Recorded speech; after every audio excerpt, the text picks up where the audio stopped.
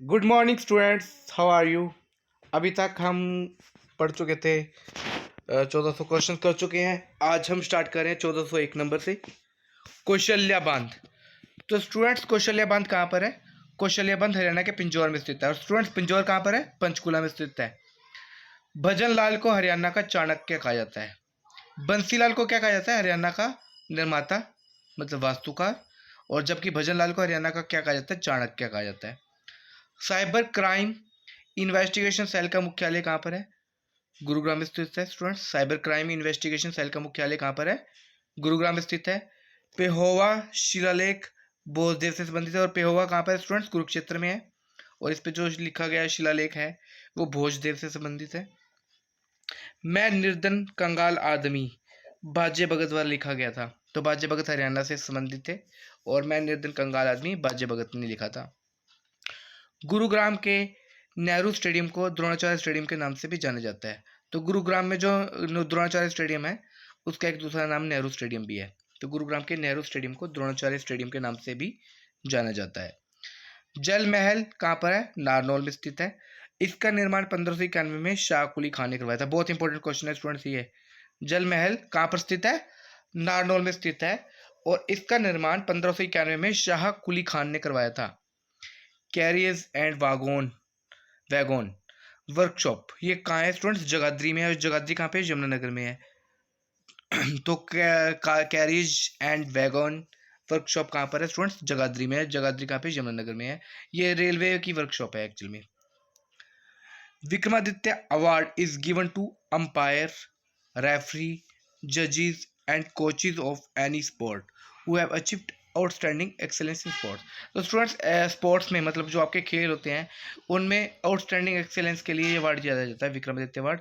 और ये खिलाड़ियों को नहीं दिया जाता, ये अवार्ड दिया जाता है अंपायर्स को, रेफरीज होते हैं, जो जजेस होते हैं, जो कोचेज होते हैं, उनको ये अवार्ड दिया जाता है, विक्रमादित्य अवार्ड। ये खिलाड़ियों को नहीं मिलता। 1410 हरियाणा में सर छोटू राम को राय बहादुर की उपाधि से सम्मानित किया गया था। तो स्टूडेंट्स, ये पूछा जा सकता है कि सर छोटू राम वो राय बहादुर की उपाधि से किसे नवाजा गया था? तो सर छोटू राम को राय बहादुर की उपाधि से सम्मानित किया गया था। Haryana Kakroi micro hydel project is located at Sonipat. तो ये ककरोई कहाँ पर है स्टूडेंट्स? सोनीपत में है। तो सीधा सीधा आपको ककरोई ध्यान रखना है। तो ककरोई माइक्रो हाइडल प्रोजेक्ट आपका कहाँ पर है स्टूडेंट्स? सोनीपत में है। बिंडावास पक्षी अभ्यारण्य हरियाणा का सबसे बड़ा आर्द्र भूमि है। हाँ स्टूडेंट्स, ये बहुत इंपॉर्टेंट क्वेश्चन है, पूछा जा सकता है हरियाणा की सबसे बड़ी आर्द्र भूमि कौन सी है? तो बिंडावास पक्षी अभ्यारण्य हरियाणा का सबसे बड़ी आर्द्र भूमि है। कहाँ पर है बिंडावास स्टूडेंट्स? झज्जर में। The zonal research centre of eastern agriculture zone is located eight Karnal. ये भी इंपॉर्टेंट क्वेश्चन है स्टूडेंट्स, पूछा जा चुका है, एसएससी के एग्जाम में ये पूछा जा चुका है। The zonal research centre of eastern agriculture zone is located eight Karnal. The zonal research centre of western agriculture zone is located eight Hisar. तो ये जो दो जोन है एग्रीकल्चर के, तो ईस्टर्न जोन का जो मुख्यालय है, जोनल रिसर्च सेंटर है, वो करनाल में है। और वेस्टर्न जोन का जो रिसर्च सेंटर है वो कहाँ पर है? हिसार में है। करनाल और हिसार। तो 1415 नंबर पे स्टूडेंट्स, हरियाणा लोक सेवा आयोग के अध्यक्ष की नियुक्ति कौन करता है? ये राज्यपाल करता है। स्टूडेंट्स, यहाँ पे जानबूझ के हरियाणा लिखा हुआ है। मैं कहता हूँ कि किसी भी स्टेट के जो पब्लिक कमीशन है, पब्लिक सर्विस कमीशन है, उसके अध्यक्ष की नियुक्ति कौन करता है? राज्यपाल करता है, वहाँ का गवर्नर करता है। हरियाणा लोक सेवा आयोग में 8 सदस्य होते हैं। ठीक है, तो ये ध्यान रखने वाली बात है कि कितने सदस्य होते हैं हरियाणा लोक सेवा आयोग में? 8 सदस्य होते हैं। हरियाणा राज्य के राज्यपाल हरियाणा लोक सेवा आयोग के सदस्य की नियुक्ति करते हैं। तो ये ध्यान रखना है, चाहे अध्यक्ष की नियुक्ति हो, चाहे उसके सदस्यों की नियुक्ति हो लोक सेवा की, वो राज्यपाल ही करते हैं। हरियाणा पंचायती राज अधिनियम कब लागू हुआ था? 22 अप्रैल 1994 में हरियाणा पंचायती राज अधिनियम लागू हुआ था। 22 अप्रैल 1994। इंपॉर्टेंट क्वेश्चन है स्टूडेंट्स ये। जो स्टूडेंट्स मतलब आपकी ग्राम सचिव वगैरह की तैयारी कर रहे हैं ना, उनके लिए बहुत इंपॉर्टेंट क्वेश्चन है ये।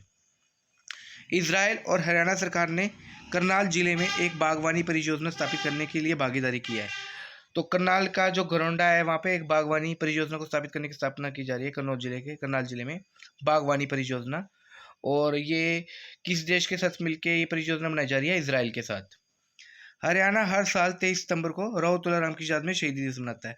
कई बार स्टूडेंट्स इसे शहीदी दिवस बोला जाता है और कई बार इसे वीर एवं शहीदी दिवस बोला जाता है। मतलब इसको ऐसा, इसका पूरा नाम ये भी है, वीर एवं शहीदी दिवस। तो ये 23 सितंबर को मनाया जाता है हरियाणा में, और ये रो तुलाराम की याद में मनाया जाता है। HVPNL, इसकी फुल फॉर्म है हरियाणा विद्युत प्रसारण निगम लिमिटेड। वर्तमान में हरियाणा में फरीदाबाद में सबसे कम ग्राम पंचायतें हैं। तो फरीदाबाद में सबसे कम ग्राम पंचायतें हैं, और सबसे कम गांव कहाँ पर है स्टूडेंट्स? रोहतक में। अगर गांवों की संख्या पूछी जाए तो सबसे कम गांव रोहतक में है, और ग्राम पंचायतें पूछी जाए तो सबसे कम ग्राम पंचायतें फरीदाबाद में है। फरीदाबाद जिले के अंतर्गत 116 ग्राम पंचायतें हैं बस। यहाँ पे ग्राम पंचायतों की संख्या भी बता दी, 116 ग्राम पंचायतें हैं। जब पश्चिमोत्तर से गजनवियों ने भारत पर आक्रमण किया तो उस समय तोमर राजपूतों ने हरियाणा पर शासन किया था। तो जब गजनवियों ने भारत पर आक्रमण किया था तो उस समय हरियाणा पर तोमर शासकों का शासन, तोमर राजाओं का शासन था। ठीक है, तोमर राजा थे उस टाइम पे। बसई आर्द्रभूमि हरियाणा के गुड़गांव जिले में स्थित है। तो बसई आर्द्रभूमि कहाँ पर है? तो बसई आर्द्रभूमि हरियाणा के गुड़गांव जिले में स्थित है। कई बार इसे इंग्लिश में वेटलैंड भी बोल देते हैं। आर्द्रभूमि को इंग्लिश में क्या बोलते हैं? वेटलैंड। तो बसई आर्द्रभूमि कहाँ पर है? हरियाणा के गुड़गांव जिले में स्थित है। प्राचीन गुंबद स्मारक हिसार में स्थित है। तो स्टूडेंट ये भी इंपॉर्टेंट क्वेश्चन है, ये पेपर में पूछा जा चुका है HSSC के एग्जाम्स में। प्राचीन गुंबद स्मारक कहाँ पर है? तो प्राचीन गुंबद स्मारक हिसार में स्थित है। HRDFA, इसकी फुल फॉर्म स्टूडेंट याद रखना, Haryana rural development fund administration. Haryana rural development fund administration. भारतीय प्रबंधन संस्थान IIM रोहतक की स्थापना कब हुई थी? 2009 में हुई थी। ये रोहतक में स्थापित हुआ था IIM, और ये 2009 में स्थापित हुआ था। संत गरीबदास ने हरियाणवी भाषा में अमृतवाणी की रचना की थी। ये भी स्टूडेंट्स इंपॉर्टेंट क्वेश्चन है कि हरियाणवी भाषा में अमृतवाणी की रचना किसने की थी? तो संत गरीबदास ने हरियाणवी भाषा में अमृतवाणी की रचना की थी। पंचायती राज को राज्य सूची में शामिल किया गया है, क्योंकि पंचायती राज जो होता है वो राज्य के अंडर आती हैं, राज्य के अधिकार क्षेत्र में आती हैं। तो पंचायती राज को राज्य सूची में शामिल किया गया है। HPPC की फुल फॉर्म, तो HPPC stands for Haryana power purchase centre. Kalsia के राजा ने हरियाणा के छछरौली जिले में एक किला बनाया था। तो हरियाणा के छछरौली शहर में किसने किला बनाया था? कलसिया के राजा ने। थे पोलर कैथल में पटियाला मार्ग पर स्थित गांव है, जिसे हिंदू मुस्लिम एकता का प्रतीक भी कहा जाता है। तो ये स्टूडेंट पूछा जा सकता है, इंपॉर्टेंट क्वेश्चन है ये, और मेरे ख्याल से पूछा भी जा चुका है ये। थे पोलर कहाँ पर है? तो थे पोलर कैथल में स्थित है, और कैथल में कहाँ पे स्थित है? पटियाला मार्ग पर स्थित है। और इसे हिंदू मुस्लिम एकता का प्रतीक माना जाता है। ऐसा पूछा जा सकता है, हिंदू मुस्लिम एकता का प्रतीक निम्नलिखित में से कौन है? तो थे पोलर है, और थे पोलर कहाँ पर स्टूडेंट्स? कैथल में है। दीपा मलिक पैरालंपिक पदक जीतने वाली पहली हरियाणवी महिला है।